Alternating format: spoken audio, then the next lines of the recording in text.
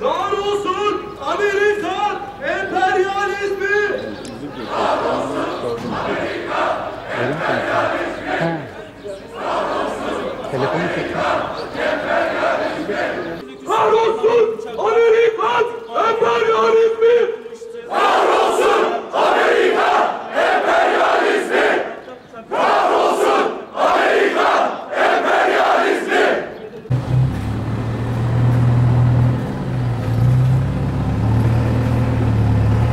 İncirliğe konsun, Amerika defolsun! Kahrolsun Amerikan emperyalizmi!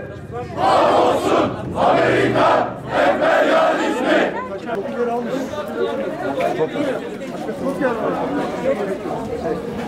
Bugün burada Joe Biden'a meydan okumak için toplanmış bulunuyoruz. Amerikan emperyalizmine meydan okumak için toplanmış bulunuyoruz. Bizleri soykırımcı ilan ederek dizüstü çökertemezsiniz. Buna yetkiniz de yoktur, hakkınız da yoktur, gücünüz de yoktur. Joe Biden'ın açıklamaları ne bir tarih tartışmasıdır, ne bir hukuk tartışmasıdır, ne bir insan hakları tartışmasıdır. Joe Biden açıkça Türkiye'ye karşı bir hücum borusu öttürmüştür. Türkiye'ye karşı giriştiği tehditleri açıkça ortaya koymaktadır. Değerli vatandaşlar, Biden'ın hücum borusu aslına bakarsanız Türkiye'yi kuşatan Amerikan üslerine, Türkiye'yi kuşatan Amerikan silah yığınlarına verilmiş bir işaret fişeğidir. Son günlerde, son dönemde Amerika'nın Türkiye'deki kışkırtıcı faaliyetlerinin arttığını gördük. Geçtiğimiz günlerde Biden tayfası Türkiye'de harekete geçti. Kışkırtıcı bildiriler yayınlandı. Bunların tümünün Amerika'nın Türkiye'de hükümeti devirme ve yerine Amerikancı bir hükümet kurma planları içerisinde yer aldığını bugün açıkça görüyoruz. Güney Kıbrıs Rum yönetiminde, Suriye'nin ve Irak'ın kuzeyinde bu Amerikan üslerinin namluları Türkiye'ye çevrilmiş durumdadır. Hedefte Türkiye vardır. Hedefte Rusya vardır. Hedefte İran vardır, Suriye vardır. Hedefte Asya vardır.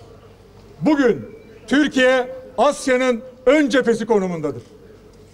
Kahrolsun Amerikan emperyalizmi!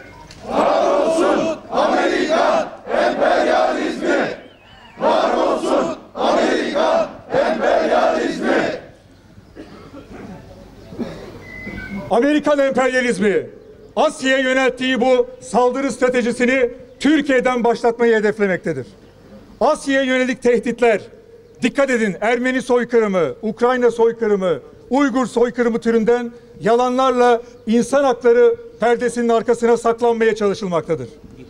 Amerikan emperyalizmine meydan okuyoruz. Amerika tek dişi kalmış canavardır.